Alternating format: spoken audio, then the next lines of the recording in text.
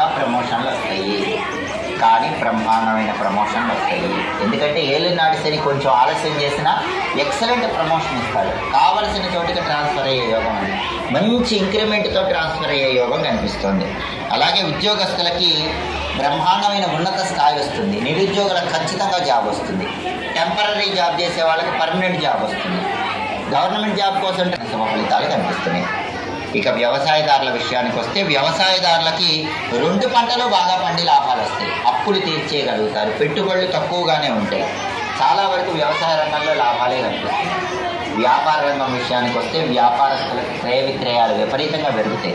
Transactions బాగా పెరిగి ఊహించిన దానికంటే 10 రెట్లు ఎక్కువ లాభాలు పొందగలుగుతారు.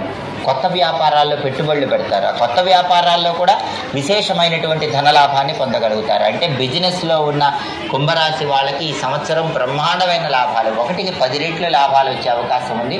కొత్త బిజినెస్లు స్టార్ట్ చేసినా అందులో కూడా లాభాలు పొందే యోగం ఎక్కువగా కనిపిస్తుంది. అంటే కుంభరాశి వ్యాపారస్తులకి ఈ సంవత్సరం చాలా అద్భుతమైన ఫలితాలు కనిపిస్తున్నాయి.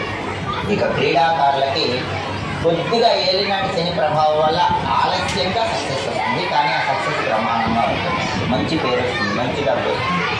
సంగీత నాట్య రంగాల్లో, సినిమా టీవీ రంగాల్లో అవకాశాలు అందిపుచ్చుకోగలుగుతారు. ఆదాయ మార్గాలు పెరుగుతాయి. ధనాదాయం విపరీతంగా కళారంగంలో పెరుగుతుంది. నూతన అవకాశాలు కలిసి వచ్చి పేరు ప్రతిష్టలు, డబ్బు సంపాదించుకోగలుగుతారు. కాబట్టి కళారంగంలో అద్భుతమైన ఫలితాలు ఉన్నాయి. క్రీడారంగంలో కూడా పేరు, డబ్బు సంపాదించుకోగలుగుతారు. ఇక కాంట్రాక్టర్లకి కొత్త టెండర్లు బాగా కలిసి వస్తాయి. పనులకు ఆటంకాలన్నీ తొలగిపోతాయి. బిల్లులు సకాలంలో వస్తాయి. పని వాళ్ళ వల్ల ఇబ్బందులు ఉండవు.